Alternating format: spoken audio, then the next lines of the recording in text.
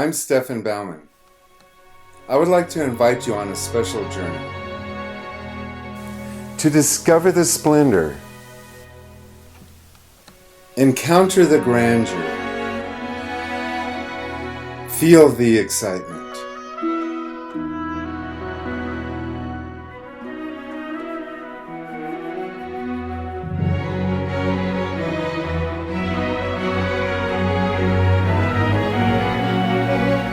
Come along with me as we experience the thrill of painting outdoors.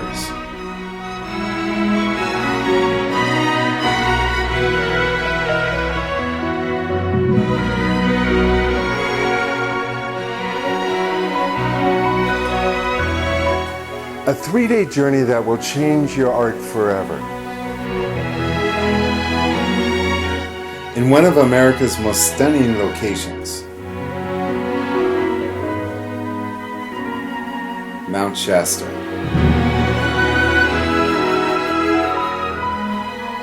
Everything you need to know is on our website, www.stefanbaumann.com.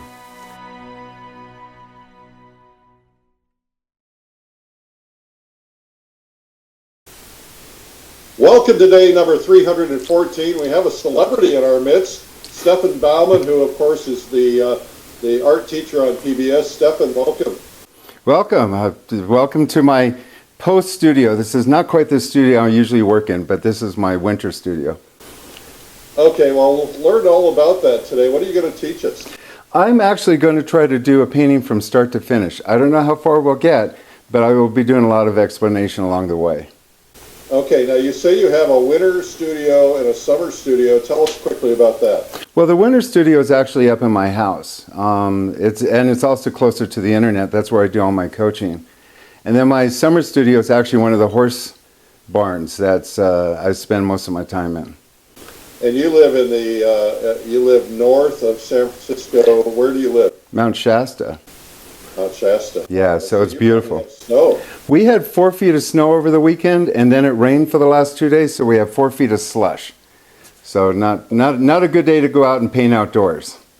Yeah, well, let's get that painting started. Okay, well, I will. This is going to be a painting on vernal falls. I've gone ahead and toned the canvas already. Usually don't tone my canvas. I usually like working on a white surface. But for this case, usually the internet and cameras really don't like having a white canvas. And so what I did was I kind of lightly sketched it. Normally I wouldn't even put in a sketch. I actually sketch it while I do this, but it keeps my concentration up. And I want to start working with my darks. And if I were there on location, for some of you that have seen my PBS show, you would notice that this is kind of the way that I do work. And I'm working on a prime canvas, oil prime canvas, and the canvas itself is a masterpiece canvas.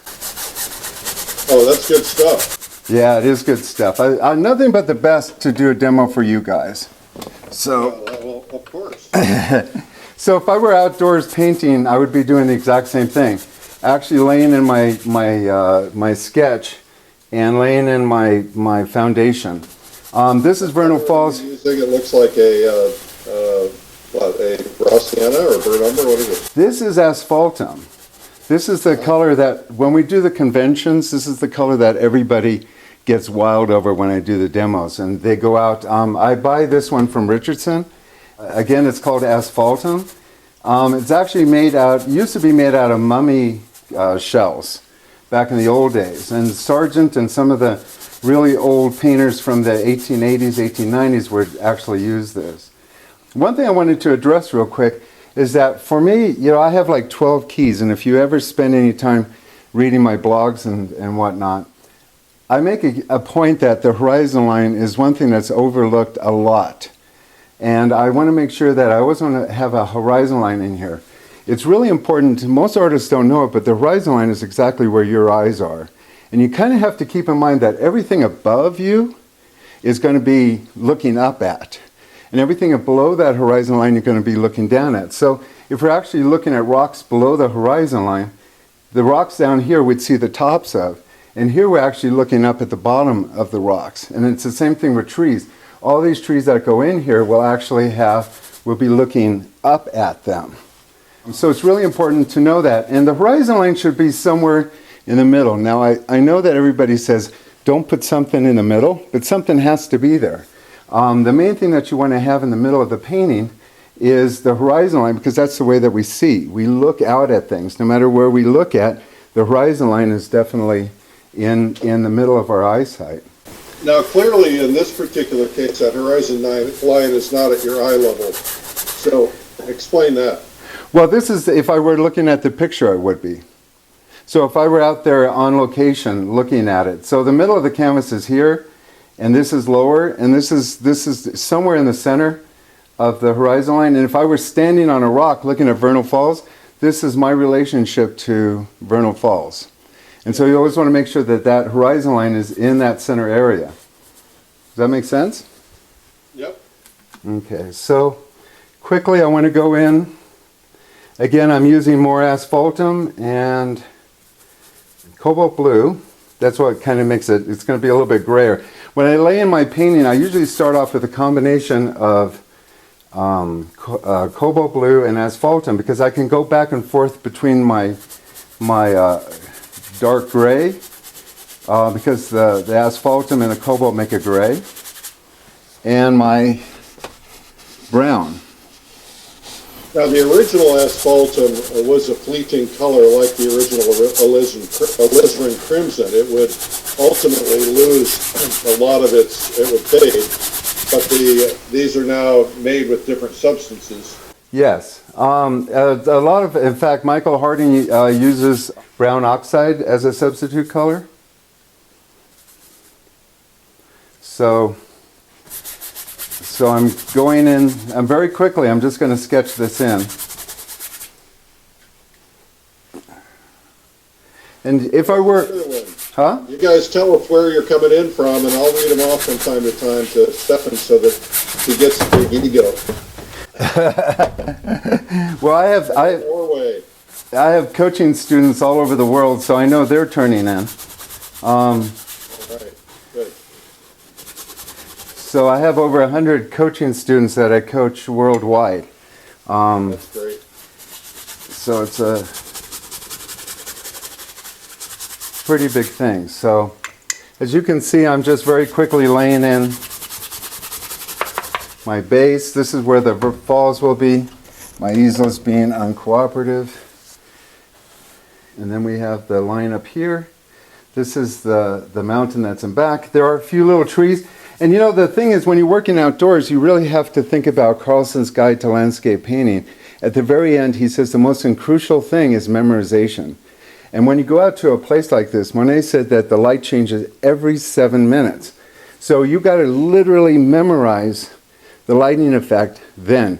Most landscape paintings done on location fail because the artist is not paying attention to where the light is and where the central focal point is. And right now I'm laying in the base colors for the trees. Just a little sketch. There's a few little trees over here. And these are just to jog my memory. I call those little footnotes. They're to jog my memory to where everything is supposed to be. The crucial thing in a painting, not only do you have like the horizontal line within the middle third, but you want to have the central focal point. And most paintings, most artists forget that the central focal point is key to keeping your viewer. And so I'm going to take white and lay in a base coat for that. We're going to get a little odd lighting here because the sun's coming out. So just bear with it. It might go away in a sec. Okay. And then what I want to do is I want to start laying in my base color for my waterfall. Waterfalls I find to be difficult, so I'm curious what the trick to them is. The trick to waterfall is to first thing get that it's a massive amount of water that falls over, and the bigger the waterfall, the more power it has, the more it breaks down as it goes over the water, so you get this kind of movement. I like to kind of do this little jogging motion upwards, and I'll show you when I get a little bit of highlight onto the waterfall. But right now, this whole waterfall sits in shadow. The light's coming in. This is from one of my trips I'm kind of trying to recall, and like I said, the most important thing that you can do when you go on a location is to memorize. And I've painted Vernal Falls enough that I thought, you know, this would be a good thing for Eric's crew to... You're doing this from memory. I've got a couple of black and white things, and there's in the other room I have another Vernal Falls like this, so a lot of it is just memory, yeah, so. But that's the key feature when you go outdoors to paint. Like I said, Monet said the light changes every 7 minutes.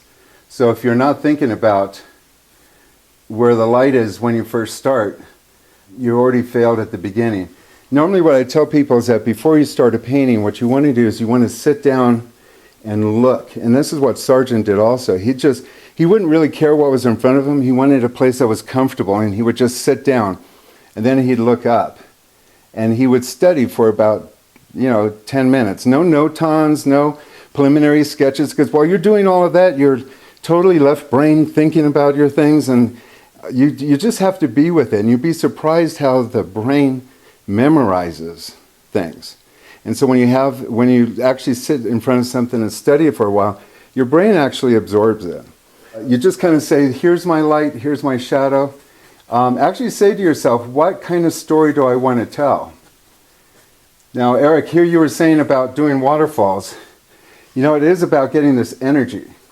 There's not a light, I don't want to put a lot of light on my waterfall here because I want the light to be in the central focal point here.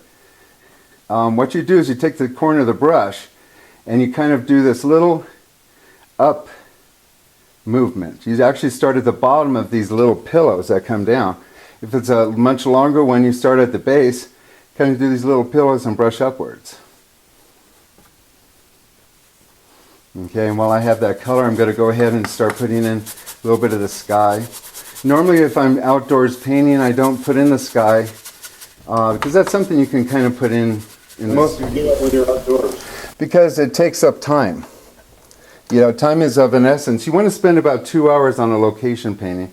And the whole key is to try to get the location painting done in 2 hours. After 2 hours, it's not the same painting anymore. So, and since the light's coming from the right-hand side, I'm going to whiten the right-hand side of my sky. And one important thing when you're painting is having transitions. And if you notice, I don't know if you could see that here, but I'm starting with the light on the right-hand side and I'm transitioning into a shadow on the left-hand side.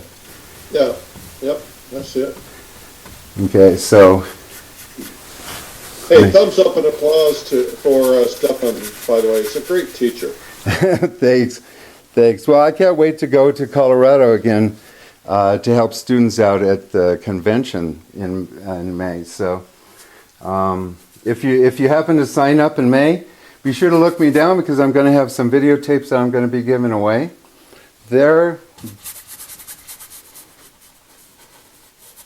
And I'm willing to give away, I have a workshop here in April at the ranch here in Mount Shasta. And I don't know how Eric could work this out, but I'd like to give 2 free workshops valued at $500 a piece to anybody who's tuned in right now. So I don't know if there's a number that you can go by, Eric, or if you just want to just pick. Well, the way we're going to have to do it, because there are more people on the replay than there are on the live, so you have a choice. We can either give it away on the live or we can give it away tomorrow. We can pick it. No, we're going to give it away live. These poor people got up in the morning.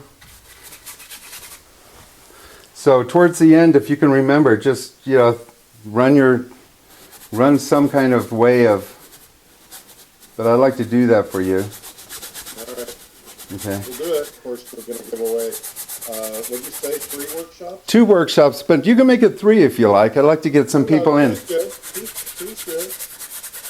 And those are in person or are they on Zoom? No, they're in person. They're in April. They're right before the convention in May. So you can see that when you're out on location, you can actually get a lot done in a very short period of time. Like I said, I don't know how far we're going to get. I'm not even paying attention to the time. But when I've painted in Yosemite before, you can only, the valley floor is so shallow, it's so steep and it's so narrow that the light changes so quickly that you only have a couple of hours to actually paint something. And now what I'm doing is I'm putting the shadow. Now, I'm purposely, if you notice, I keep this area light. That's where the light's going to come. And it's always important to make sure that you have an effect as a central focal point, not a thing. Because always remember, if you watch my videos on YouTube, we don't paint things, we paint effects. And so the lighting effect coming down here. King of drama. Huh? You're like the king of drama. Yeah, I know. I'm definitely a drama queen here. So, but the thing is, it's the lighting effects that really make a painting, not the things themselves. You know, when you think about it, if you travel, you could travel midday. If you go to the Grand Canyon and you look at the Grand Canyon midday, it's a big hole in the ground. But if you get there in the morning or in the evening, you have this wonderful lighting effect. That's when it's spectacular. So light is what changes things to take ordinary to extraordinary. So I purposely want to make sure that all my water going down, all the waterfalls, is this starting to make sense of what I was trying to do? Yep. The waterfall here and the... So I'm trying to cover my canvas as quick as possible. And you can see like everything's in. I'm putting footnotes in. I'm going to very quickly put in a base for a couple of trees that grow over here. Again, these are footnotes. Now, some artists, they work really well working from the top left-hand corner all the way through. I've watched them outdoors and I'm just like amazed. I find that the best thing you can do is get in as much information as you possibly can. Now, if you notice, I'm starting to put in some trees here right next to my central focal point. The central focal point has to be the brightest area in the painting. If we cover all this light here, you'd see, boom, that's where the light is. And then right next to the light, you want to have the darkest dark. That's what makes the central focal point actually have the effect of light. Now, I've got a question. You know, there's the theory that if you put something dark in the foreground, that makes, you know, the other darks recede. And so is that, if you needed a dark in your foreground, would you still make that your darkest dark? It's the biggest contrast that you're looking for. So let's say in the foreground we have really dark darks. The contrast between this water and shadow and the really dark darks that come forward to us isn't going to be the same contrast level as this really light compared to this dark that might not be as dark, but it's the biggest contrast that makes the difference. Okay? And then it's always a transition. You always want to have light is the symphony. It's everything. I call it, when I do coaching, I call it the Barbra Streisand effect. And if you don't have good lighting in a painting, you don't have a painting. If you think about all the great masters from Vermeer to Rembrandt, it's always about the effects of light. I find when I'm looking at a lot of artists, they're so busy trying to paint the scene so much, and it really doesn't matter because you could have a really crummy underpainting, but if you got awesome light, that's what makes it. So, Yep. so this is what I call the transition. So we go from the light coming from behind, and this is why I said I don't want this waterfall to take all the attention. That's just purely wallpaper for my effect. But my story is to tell the light that comes through the opening there along the mountain ridge, and boom. For those of you who remember back in the past, there's also a tree here that was called the Eleanor Roosevelt tree.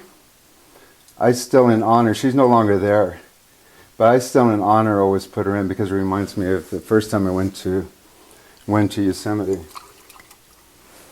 All right. I want to carry on some of the effects. Eleanor cut it down, used it for a Christmas tree. Yeah, she may have. I don't know why they call it the Eleanor Roosevelt tree, but she was an amazing lady, so she should have had an amazing tree. And one time it was standing tall, but in the 30s, I think, it broke in half, and then it was just the top half. And within the last 10 years, it's fallen over. So, and if you hello, Northern Territory of Australia. Welcome. Australia. Australia, baby. Could be one of my coaching students. I have some of them there. A shout out to all of my coaching students who are watching today. I love you guys. You're great. And you know, somebody who doesn't... What'd you say? I said I love them too. You know, somebody who really needs a shout out is Allie. Allie is amazing, who works, for Eric. She is amazing. So shout out to Allie. Yeah. She doesn't watch the show. She's too busy to watch. Well, you could tell her we talked about her, make her feel I'll good. tell her. Absolutely. So you can see, I don't know how long we have or how long I've been doing this, but you can start to see it take place. Now let's just say you've got at least about 25 or 30 minutes. Yeah, look at what I've got here, the whole Vernal Falls. It wasn't, location painting is one of those things that you kind of have to develop. I mean, I kind of was an okay location painter, and for about 10 years I took students to the national parks to go paint, but I still hadn't mastered the strength of it. It took about 10 years, and it was a trip to Mesa Verde, where I had actually gotten the power over plein air painting, where everything kind of came together. And like you refer to painting as like golf, and it's kind of like getting that hole in one, that moment when everything kind of comes together. And you don't know when that happens, and it doesn't happen often, but when everything comes together, when you can actually leave a location that is really complicated, like Mesa Verde, and have something that you put in the back of your car and you go, yes, I got it. It's like getting a hole in one. Yeah. So there's going to be mist coming. What brushes you're using? Excuse me? What brushes are you using? Oh, I just pick up any brush. I don't put a lot of emphasis on supplies and brushes. It's like, this old thing. This is I can't even tell. It's like a flat bristle brushes. No, it's got finger marks over it. It's probably an Escada or something. But the thing is, I can do a whole painting with just one brush. And so it doesn't matter if you have this, fancy. As long as some of my students, they start off, and I said, send me pictures of your brushes, and they have like sticks, these little hard things with no hair on it. And I tell them, I said, a brush that has no hair on it is not a brush, it's a stick. You actually have to have good brushes. But it doesn't matter what size, if it's a filbert or a flat. If it pushes paint around, it's a good start. What's really important, though, is your canvas base, like the masterpiece canvas. But I've actually gone to completely using boards, because I find that the tooth of the canvas absorbs light. And one of the things that I love about a painting is getting the effect of light. And all those pores that are in a canvas. And a lot of beginning students, they go to Michael's and they pick up that cheap canvas with all of those pores in it. They don't realize that every one of those pores has a light and shadow, light and shadow, light and shadow. And it ruins the whole effect. I mean, the old masters really wanted to have a flat surface that light would reflect on. So, yeah. So you don't want to have a lot of texture, and it pays to get a good canvas, and it does pay to have good brushes, because that's your sword, that's what you wield. But I don't have like a specific kind of brush or... You look like a guy that would carry a sword. You've been peeking. I'm like Caravaggio, I carry my sword when I go out.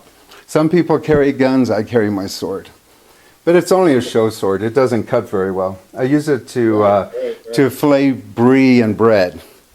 So, okay, so I have a little bit of light here. I'm going to take lemon yellow. I'm using cobalt blue, alizarin crimson, and cad yellow light and lemon yellow. And I'm mixing lemon yellow with alizarin crimson. People would love to see your palette at some point. Yeah, I can. Let's see. Well, I'd have to move the camera on. Well, why don't we do that? We'll save it for the end. Okay, yeah, in case I can't get you back again. Yeah. So I'm going to put in some highlights into the mountain here. And I just want to kind of put the footnotes in. Now, if I were to do this on location, again, these would just be all footnotes, like the light hitting the edge of the... Because the light would be moving. It would be moving. I'd be chasing it and chasing it. So I only put in a footnote. And then you're going to strengthen it later. Yeah, and that's if you notice, all this is kind of in right now. A lot of times I've been in the natural, and being a plein air painter I mean, it is so amazing, because if you really are a passionate plein air painter, you go to areas of the world that is just amazing. I mean, you know, and you let things, like I told you about the Mesa Verde painting. When I went to Mesa Verde, it was so complicated. I mean, I actually have it here. Hold on.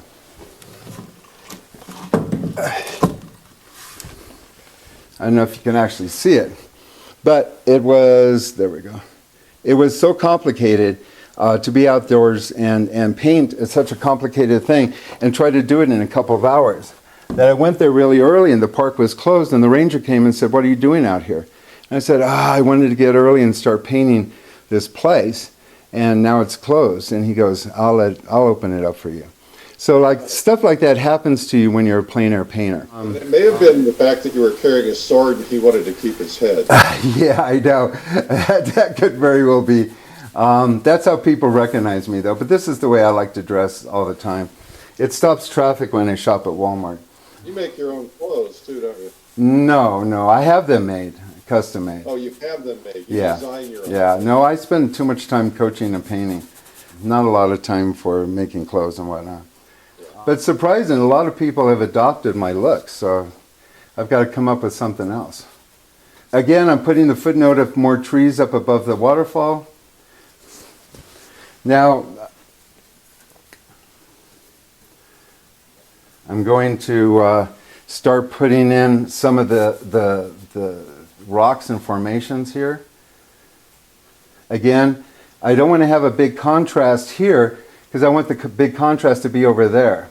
Now, one of the most important things that artists need to know, and if you want all this stuff's on my blogs, on my newsletters. If you go to, actually I have a free book on painting if you go to stefanbaumann.com, and there's a thing there for... It's on the screen, everybody. It's on the screen. Yeah, is it on the screen? Okay. Yeah. So that's my, you can go there and get a free book from me, and I cover a lot of these things about, I have 12 important keys to create great work.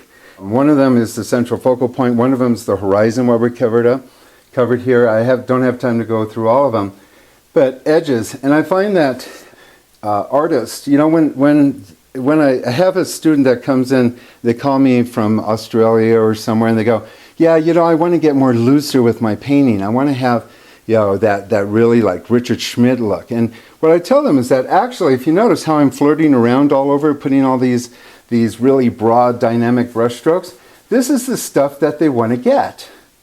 And what I try to tell them is not something that you do at the end of the painting. It's the passion you have when you first get there.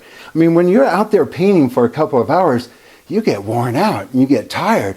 And it's hard at that point to be passionate. But when you're first out there and the sun isn't rising and it's 30 degrees outside, you're really like, let's get going. And so you put in a lot of these big, bold brush strokes that at the end, actually what shows through. So what happens is that you want to have big, bold brush strokes like I'm putting in, bounce around, put in the beginnings of your painting with passion. And, you know, draw these big lines in and get the rocks in and get all this stuff. And then, towards the end, when you have this preliminary painting done, you actually start going in and you start looking at the focal point, because that's really the important thing. So where the central focal point is, right there, that's where the viewer sees. And we can only see one thing at a time, and we look for the thing that has the most light on it. And so your viewer will look onto here. You'll put your details in this area, and you try to get the viewer to focus in on here, and then you slowly start working out from the center focal point into this chaos that you have established at the beginning of the painting. Lo and behold, this chaos is that brush strokes that you love when you look at those really loose, awesome paintings. That's, you know, as you can see here, I've got a lot of craziness in here. And when we start getting the light into this area, and I start doing the detail and the little twigs and sticks, and you know, we can go in. You do detail everywhere. You're going to draw the eye, and it's not going to know where to land. Well, you know, the thing is, our depth of field is very small. So, like, if I look at a person's face, or if you look at a person's face, you can only see one eye or the other. I mean, that's how small our depth of field is. A lot of times when people do portraiture, they get it wrong because of the nose and the mouth. We don't see the nose and the mouth. It's usually out of focus. This is out of focus. When somebody's got a lazy eye, you're going, well, what eye do I look at? I mean, that's how small our focal point is. And in the landscape, same thing. You can only see this. And what you do is you tell the viewer, okay, glance over here, but come back to here, come back to here, come back to here. This, and if you notice, all of the great master paintings, they're great right where you want them. It's like theater. You know, that's why I call it like the Barbra Streisand. You have a stage with 1,000 people on it, and you bring a beam of light to Barbara's face. What are you going to see? You're going to see Barbara. So, anyway, these are all stories my students are listening to, laughing because they've all heard them. So, now remember I said about the horizon line. With the horizon line here, I'm looking down at these rocks. And I've painted here before. My PBS television show on painting in the national parks, we did an episode here. And I know that when we're standing on these rocks up here, we're looking down on these rocks here. We're going to be looking, since the horizon line is in this area here, we're going to be looking at these rocks here. So I'm going to be drawing the rocks without any tops or bottoms. It's just the sides of the rocks that I'm going to be painting in here. And anything that gets put in up here, we'll actually be looking at the underneath part of the rocks. So the trees that we're looking at up here, we're looking up underneath them. So when we're painting the trees, we have to actually imagine what they look like as we look up at them. And artists get this wrong. You know, they don't think about where they are, their relationship to the scene. So all these trees up in here that go up here, we're going to be actually looking up at these branches and stuff, looking up underneath. And the angles of the tree is completely different than if we're just painting at it. These trees that are close to the horizon line are actually we're going to be at them. But slowly as we get higher, we're going to see a little bit underneath them also. Anything that I do down here, we're going to be looking down on. One thing that I've learned is that you kind of hold a thing to your eyes, and you just kind of move it up and down until your eyes don't see the top or the bottom of the canvas, and that kind of tells you where your horizon line is. Yeah. Great. So, but it makes a huge difference when you're doing something that is like a vista like this. I mean, you know, I don't know if you've ever walked in up to Vernal Falls. But literally, when you walk up to this, the people are like this big. They're about that size. And if you can imagine, you look up at Eleanor Roosevelt tree, you can imagine what this waterfall is. And again, like I told you. Do you ever put in a person just so you can show the scale? I do. You know, I like actually putting in more animals than anything else. So I'll put in something for the scale. I haven't yet ever put one in for Vernal Falls, but it really is amazing. As you come around here, had you ever hiked up here, Eric? I don't even know where Vernal Falls is. It's in Yosemite. Vernal Falls is one of the most amazing places in America. It's a 2-mile hike from the valley floor, and when you walk up here, they call it the Rainbow, and this is where you need to go, especially if you go in May or June. Right when you pass the Eleanor Roosevelt tree, you kind of come around, and there they call that the Rainbow Trail. And everywhere you look, there are rainbows. Every direction, there's just rainbows coming because the way that the light goes into this canyon. And the wind is like at 60 miles an hour. So everybody there has to have raincoats and stuff because you just get drenched with all of the water that's coming off of this. Yeah, it's really... There in the summer. Yeah, it's like baptism. It's like, you know, it's a nature baptism or something. It's really great. I've painted Yosemite, but I've not painted that falls. Well, why don't you come out here and we'll go there together? All right. And then when you hike up here, you actually walk along the wall here, and the people are so small you don't see them. It's like Yellowstone Falls. We're huge. And as you get up here, there's another fall in the back that's Nevada Falls, equally spectacular. So. Now, people are asking, somebody asked, these are oils, I assume, is that correct? Yes, I'm an oil snob.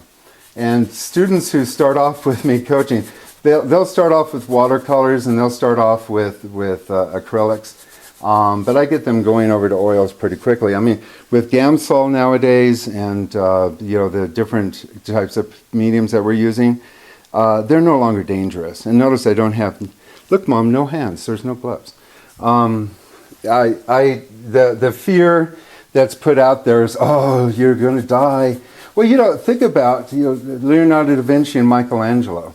They were painting with raw pigments, grinding them down.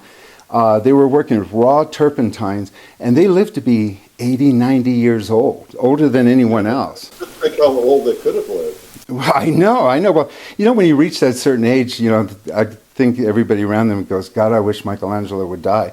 But nonetheless, the thing is, if it was that deadly, you'd have people dropping over all the time. Artists would all live to be 30 or 40.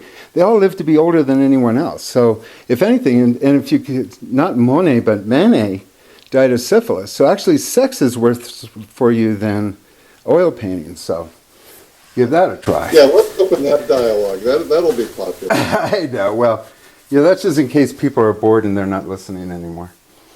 Yeah, anytime you mention that word, everybody perks up. So here again, and see, you can get the effect of trees. Again, I haven't switched any brushes here, but look at the effect of trees that you can with the really soft, again, soft edges everywhere. You've got about 15 minutes. Wow, see? And you're doing great. They said it couldn't be done. Oh, no, they didn't. we knew better. Well, let's see here. I'm going to try to get... We should go to Iguazu Falls in Argentina. There's 200 waterfalls in a 5-mile area. We'd have to take a lot of canvas. We would, and we'd have to paint them. One of the secrets, and I'll tell this right now, but if you really want to learn how to do plein air painting, is to actually go on a trip and don't bring your camera. That's really, if you want to learn how, go like the old masters and go through the park step by step, slowly painting, and really rely, because a lot of plein air painters, I've seen plein air painters stick their camera outside of their car and drive through the park taking pictures. I see a lot of plein air painters going, I'll finish it off in the studio using my photos. And then they wonder why their paintings don't have that wonderful passion to them. If you leave a place and you don't have a picture for it, then you start learning what is really important to get. And again, it's usually the first 15 minutes when you get to a place, and that is the lighting effect. Now remember, no artist has any business out there painting after 9 o'clock. And no artist should be painting between 9 o'clock and 5 o'clock. Though at that period of time, the lighting is dull. But when you get up at 6 in the morning, I know that's really hard for a lot of people, but once a week priests do it. So you could do it once a week also. And if you get up early in the morning and you stand in a place like this and the light turns on, that moment is what you want to capture. Don't paint during that moment. Look at it. Look at that moment. Cherish that moment. Memorize that moment, like Carlson said in his book, memorization. Memorize what that is. Say to yourself, where's my central focal point? Where do I want to have the viewer land? What's the light doing? Take notes about what's going on and then retain that. Usually what I would do is, obviously you could see I did this in about 45 minutes. What I would do right now is I would take this easel and turn away from the scene. And I would work the next hour completely with me and the canvas, looking over at my shoulder to see, where's that rock at, or what kind of tree that was. Because I don't want to be influenced by all the different lighting effects. And if something more spectacular happens, I go, thank you, but I'll just save that for another painting. So it's really important to stay focused on your original idea. Okay, Eric, so you said something about water. Here's one of the key things about water is a lot of it's the edge. You don't see a lot happening in water. It's usually just kind of chaotic. So what I'm doing here is I'm bringing those, remember I told you those upstrokes? It's these outer strokes that help get the feeling of water. Of course, the soft edges where the water hits, and see when I put a lot of that paint in, I can start doing finger painting. Now, those of you that insist on wearing rubber gloves, you'll never know the joy of the edge of a pinky and rubbing paint around. But I want to kind of get that water, that misty quality. And one of the things that people do when they lay the water down like that is that they forget sometimes, they keep going lighter and lighter, but sometimes it's best to go darker and actually get more shadows on the inside of it.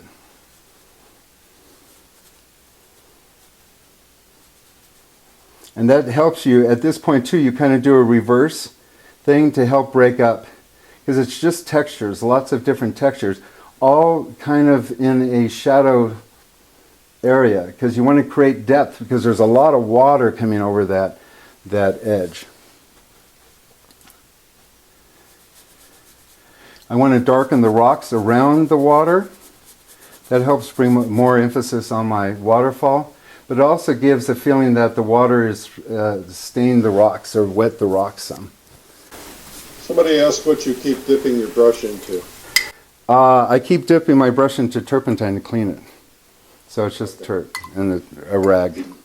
And the white I'm using, for no reason, I just grabbed it, is Kremets and zinc. And I know, oh, people are going to crazy, you're using zinc. Don't worry about it. Nothing's going to happen in your lifetime. And if your work's really that great, somebody will figure out how to conserve it. So I'm not really one of these big fans of like worrying about the future. I grab whatever I can now. Okay. And now I'm going to, I need to squeeze out some more white.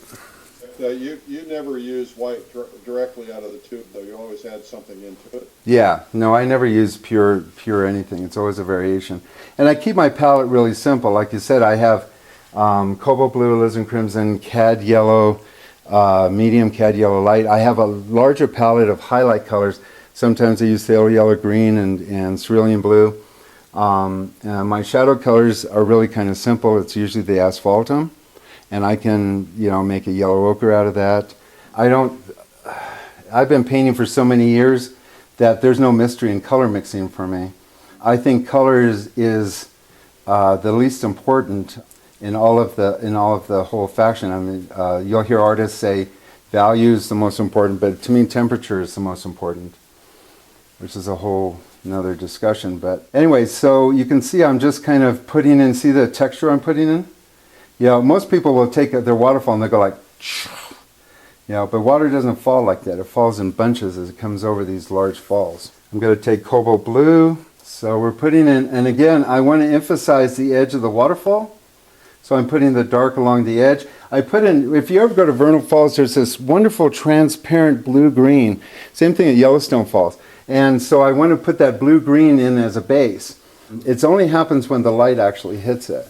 But you can see, and I'm not really paying attention too much because I wanted to show you how to do bags of water. But you can see I'm losing my central focal point again. And so, I wanted to get that tone down again. Sorry, Eric. But that needs to get toned down. It's really important to keep that central focal point. The central focal point should be no larger than an egg. That's about what we can actually see. At what point would you pump the light up on that more, or is it where you want it to be? What, on the waterfall?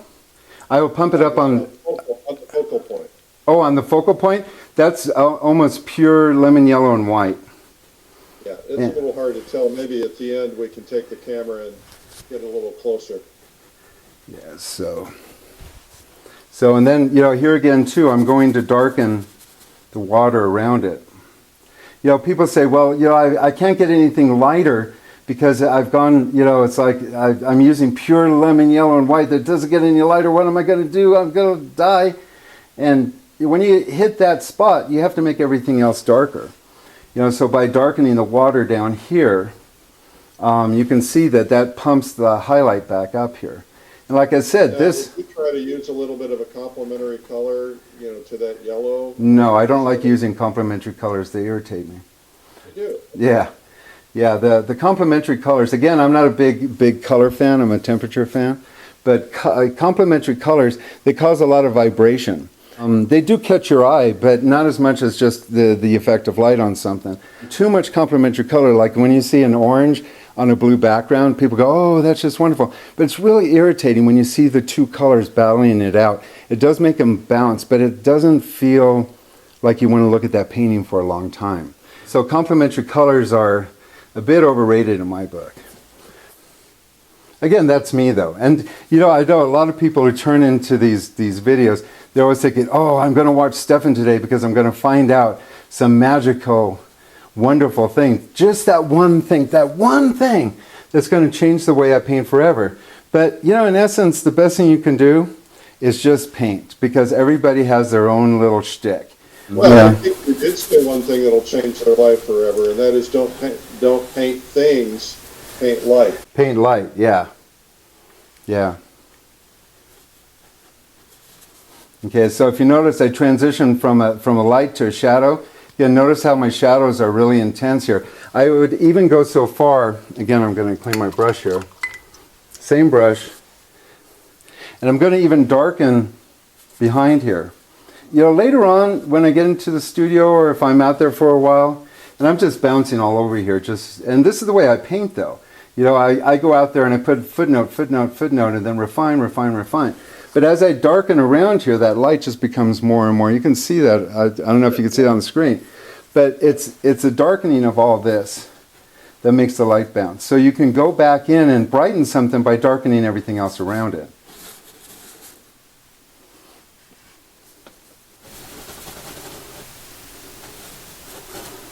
It's amazing that you've pulled that off in the short amount of time you have. Yeah, well, Eric, I've been painting for 40 years, so it's like, it's like you kind of... That's pretty amazing. Yeah. Well, a lot of people, they watch my YouTube video, but, to me, the most important thing when you're painting is the knowledge. And a lot of people say, well, you don't paint. All you do is talk in the video. Really, if you listen to my YouTube videos and listen in, you get a lot of these insights that, stick in your head, and you get a lot of answers. Now, there are a lot of people that will paint and not talk. And I feel that it's more important to get knowledge than it is just watching somebody paint. It's a very passive activity. Well, you don't know if you're painting and you're not talking. We don't know what you're thinking. Yeah, but you've seen a lot behind it.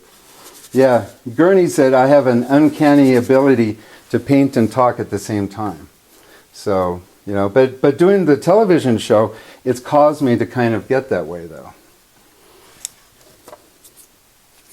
Yeah, you're a pretty well-known guy. I am. I've got the gray hairs to prove it.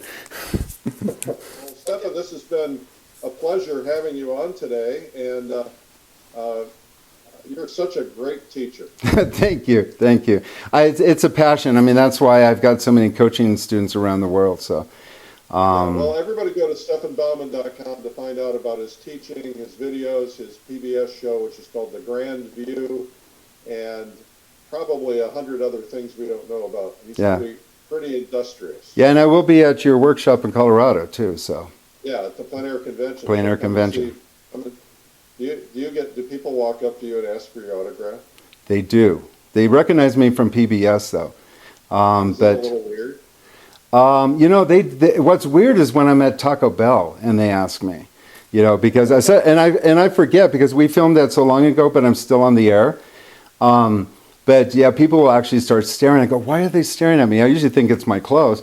And they'll come up and they go, aren't you an artist on television? And I go, yep. And they go, my father watches you all the time. You're like in our house 24/7. So yeah, I do have some people that really watch me a lot.